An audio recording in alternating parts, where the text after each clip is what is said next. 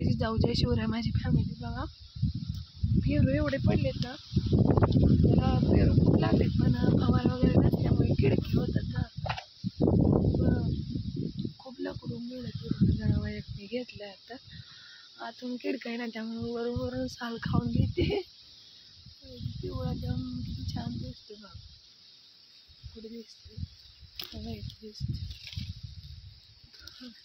खूप पेरू आहेत. आणि इकडे मी भाजी लावली होती बघा, तेव्हा तुम्हाला सासरेने आमच्या पाणी धरलं तर दाखवलं तर शॉर्ट व्हिडिओ. राणा सिरियलमधलं सॉंग तेव्हा ती त्यावेळी मी भाजी लावलेली ते मेथीची कशी आली बघा. इकडे इकडे असे पाची बोटात येईल तेवढे बी असे लावले होते पोंचके. इकडे वांगीची रोपं विकत आली म्हणलं तेव्हा मग कसं झालं पोंचके आले. भरपूर लावले. मेथीची भाजी कच्ची खाल्लेली खूप छान असते, जेवताना तोंडी लावते ती कडू पण नाही लागत. भरपूर अशी लावली मेथीची भाजी.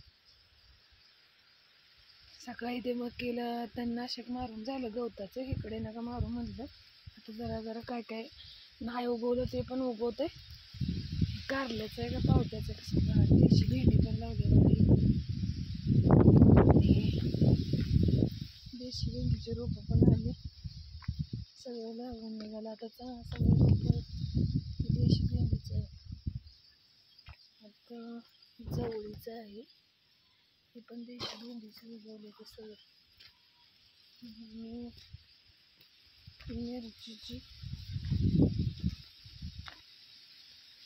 आणि इकडं पण ना मी काय केलं तर लसूण पण लावलेलं बघा. लसणीची पात दिसते ना, लसूण हा एक, ही एक आणि हा एक लागलाय लसूण लावून. ते टमटम वगैरे घेऊन येतात बघा लोक लसूण विकाय. ते काय म्हटले दादा लसूण आम्ही कधी पण लावतो कधी पण येतो कोणत्याही हंगामामध्ये. मी म्हटलं लावून बघावं तेवढीच लसणाची पात भाजीला ताजी ताजी छान लागते. आणि तसंच इकडं आपल्या खूप दिवस झालं बेलाचं दर्शन घेतलं नाही. बेल झाडाचं महादेवाचं श्रावण महिना आला आहे. तर जर सोमवारी आदल्या दिवशी बेल तोडून ठेवायचा.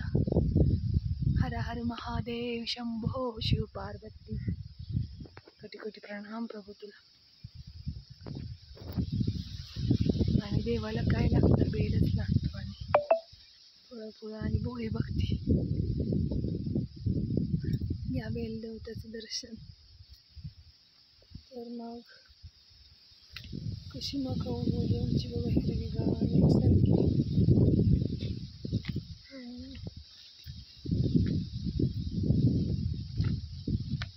इकडे घास आता तोडून झाला त्यामुळे फुटून राहिलं आहे.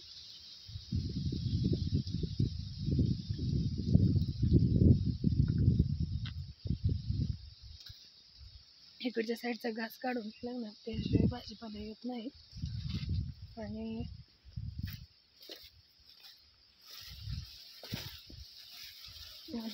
ते वेल तुम्हाला म्हटलं ना कारल्याचं असंच बी टाकलं होतं आधी. आता त्याला पण पावसाचं पाणी येते म्हणून आता सोडले नाही आज नळीने पाणी.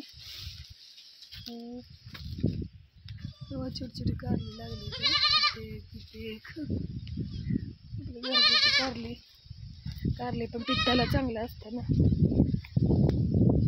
लहान असताना नव्हतं आवडत पण आता खाते. व इकडे एक लागले जरा मोठी झाली की तोडून घ्यायची. इकडे एक वेल आहे भरपूर वेल. इकडे थोडी मोकळी जागा आहे ना मग तुळशी मैया. तुळशीमध्ये तुळस एवढी येत नाही पण अशी रानामध्ये तुळस खूप येते बघा मोठी. इकडे एक वांग्याचं रोप इकडे गवारीचं आहे. नंतर फुलं आमच्या यांना तर गवारी खूप आवडते. वांग्याचं पिवळं छोटं पिल्लू आले अजून फुलं लागली तिथे. सासूबाईंच्या शेळ्या वगैरे कधी येतात चुकून खाऊन टाकतात काय. इकडे भोपळ्याचं वेल आहे. पावटा पण थोडा येऊन गेला आता सीझन नाही त्यामुळे नुसता पावटा वेल पसरलाय. तर अशा प्रकारे माझ्या डेली रुटीन मधला एक भाग आहे हा, तुम्हाला दाखवला. तुझ्या करणं खायला मोठं झालं. इकडे पिल्ली कोणली शेळीची, त्याची आई हिंडायला गेली.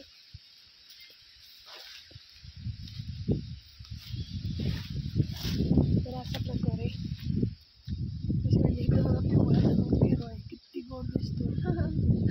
असं बघून वाटतं पोपट कसा खायला पण पडतो तसं बघा किती छान मस्त वाटते डोलीवरती.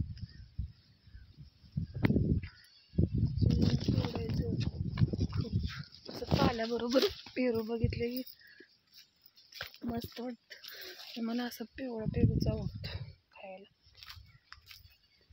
मध्यम साईजचा. असा लय पिवळा पण नाही, हिरवा पण नाही. किती गोड दिसते बघ. हो का,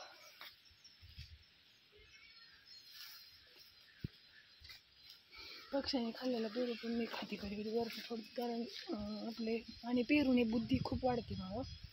लहान मुलांना आवर्जून एक पेरू तरी द्या, पेरू ॲपल. तर अशा प्रकारे तुम्हाला कसं वाटली माझी छोटीशी माहिती? आवडलीच नक्की लाईक करा, शेअर करा, सबस्क्राईब करा. इकडे मनी मिळवचं बघा काय चाललं, बसली आईच्या मागं पळती तिच्या. धन्यवाद. आवडल्यास नक्की लाईक करा, शेअर करा, सबस्क्राईब करा. नाला पाणी पण आलतं बघा, फिल्टरचं पेलं असतं आणि स्वयंपाकाला वगैरे वापरतो. पेरू जाऊन घेत इकडे आरवला ती पडलेलं त्याची कोटा आणून खेळायला लागलं, खेळतो आपलं. चला आता स्वयंपाक बाहेरची कामे जनावरांची बघायचे. धन्यवाद.